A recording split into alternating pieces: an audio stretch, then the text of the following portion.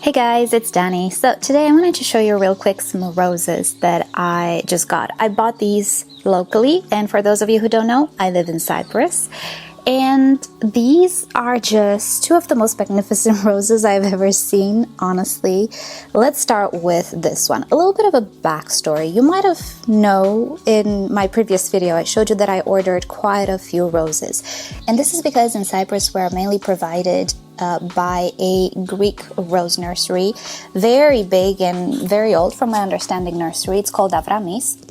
And if you ever see a tag like this in Greece or Cyprus, it's the same nursery. And while they have a multitude of rose hybrids, some of them very well known, I'll show you a few. I feel like the bulk of their offer is centered around hybrid teas. Most people here do have hybrid teas in their garden as well. And it just so happens that I personally am not the biggest fan of hybrid teas. I prefer more along the lines of floribundas, stuff with smaller flowers, but more flowers in clusters. I think you know what I'm talking about.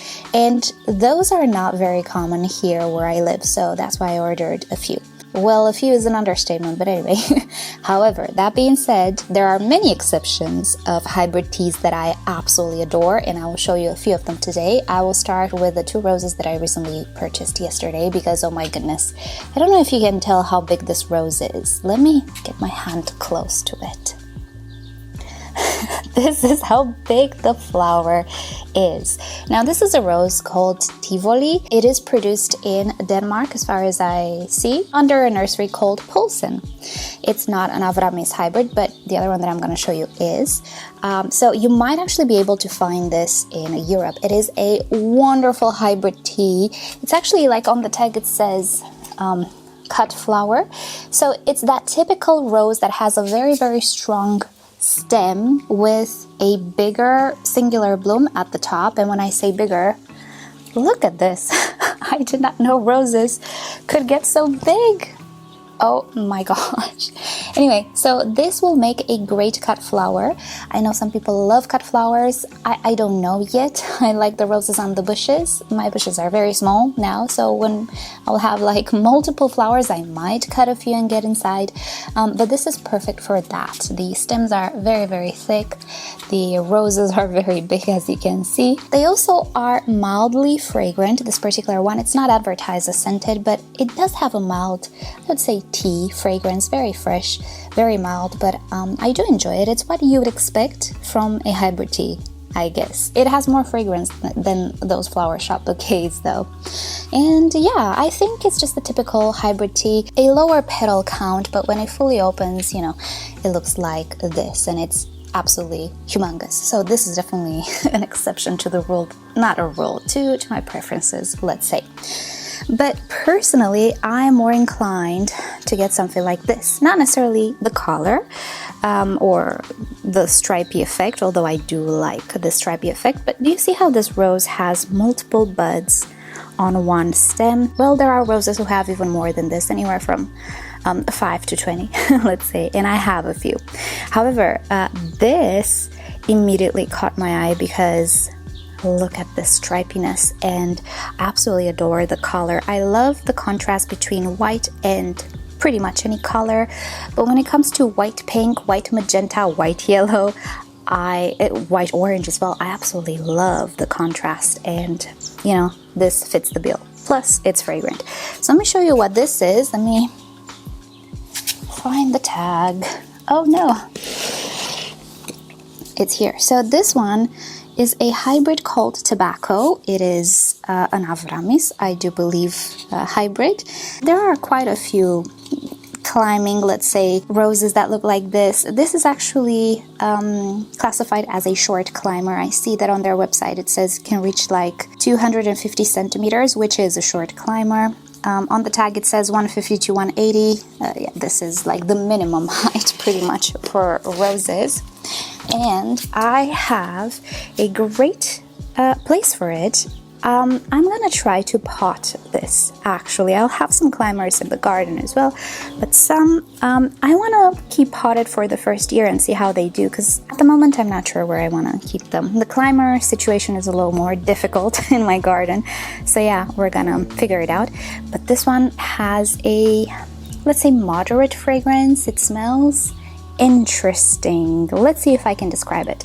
It's a combination of the, let's say, hybrid tea scent with something very fresh, like grassy or leafy. Let me take a sniff now. There is definitely a rosy aroma to it as well, but there's something else. I don't know, maybe lime, maybe something like that. It has a very fresh tone to it, and I really like it. I am such a fragrance freak, some of you might already know, so when it comes to fragrant roses, they always have priority in my garden, unless, you know, they're this guy.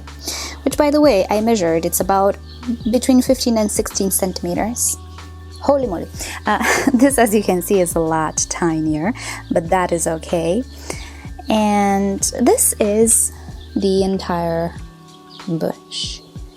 As you can see, it's already quite tall, and I'm trying to pipe down on the tall or climber situation, but I just couldn't resist this one. I want to give it a go and, you know, see how it likes my garden, especially because it has this beautiful stripy coloration, and especially because it's fragrant. So these are the two roses that I found locally that I really like, but I'm going to show you a few more that I found locally because they're kind of almost in bloom, and I'll show you some more exceptions to my hybrid tea preference. Right, we're a little bit sunny, so hopefully you can still tell the roses apart. Whenever it's sunny, it's hard to adjust exposure. But anyway, this here is the beautiful Rose de Recht, which is, well, it's an unknown. Let's say it's a hybrid that has been obtained by an unknown person. It dates back to the 1800s, and again, it has been offered by Avramis. I removed the tag. So they do have these types of roses as well, which smell beautifully. They smell like my childhood. It is a Portland damask, and it's what you expect from a rose. It's that typical rose scent. This is the rose that's typically used for rose syrup, marmalade, and in the perfume industry and so on. It's that beautiful, strong fragrance, and I absolutely love it. And I purchased it because this is very similar to what my grandmother used to have, and it reminds me of my childhood. It's so nostalgic for me, the scent. And maybe, who knows, I'll make some, I keep wanting to call it juice, but it's actually syrup. I don't know why I keep forgetting that word. So not this year, because I purchased this rose with buds. I don't know if it has been sprayed and so on. I'm a no spray type of person. So yeah, I might use it for edible stuff next year, not this year. But I absolutely love it. And here we have space for some more roses.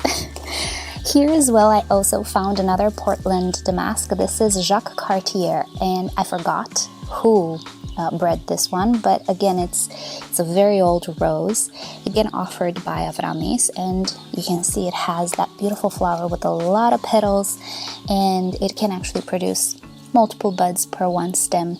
We can see here. Let me take a sniff, because the fragrance is very similar but mildly different. Yeah, okay. Rose de Recht, even though they both have very similar fragrances, is a little sweeter. This one has a little bit of, I would say, soury note. Not very, it's still kind of sweet, but Rose de Recht is sweeter. However, Jacques Cartier is another one of those very famous roses, and yeah, I kind of really wanted it in my garden. I really like the color. This is my preference, the ruffly flowers. And you get the idea. So now let me show you another rose that I found locally, which is a hybrid tea. Here he is, and if I show you the picture, some of you will probably recognize it. This is sold by Avramis under the trademark, not under the name actually, Earthlight. Well, from my understanding and from my research, this is actually Double Delight, but you'll find this very often with roses. Different nurseries sell the same rose under different names. It could be a copyright thing. I don't know too much about this, but it's not uncommon to find the same rose under different names, depending on the territory as well. Like the Cordes roses have 3-4 names each. because in different territories or different areas, they're called differently.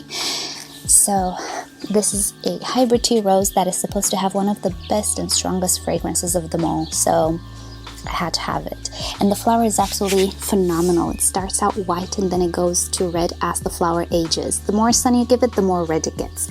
And this guy is planted in full sun, and hopefully my plumerias will come back to life and shade this area in the summer, but I don't know. They've been attacked by the freezing temperatures, which never happens in my area. First year it ever happened. Anyway, won't go into that, but this is yet another hybrid tea that I think I will really, really like. Most of the other roses I have, which you can see here, they're tiny. They are not hybrid teas necessarily. There are a few exceptions, but most of them are something else. I have a new one. This is Pompanella. Oh my goodness. I hope they do well. But yeah, let's go back in the shade because it's a little hot. Righty then, so these were the two roses that I really wanted to show you and document, and I hope they do well. Look at him, he's so beautiful. And yeah, stay tuned for a little bit of a garden update. There are some things happening. I have started to plant companion plants, a lot of them. I'm such a sucker for lavender and salvia and all of those things. And I kind of, you won't recognize my garden. It's just such a joy right now to be here and plant. It's not going to be a joy in the summer, probably because it's very hot, but now it's the time and I'm having the time of my life. But anyway, let's end it here. Thanks so much for watching and I'll see you guys in the next one. Bye!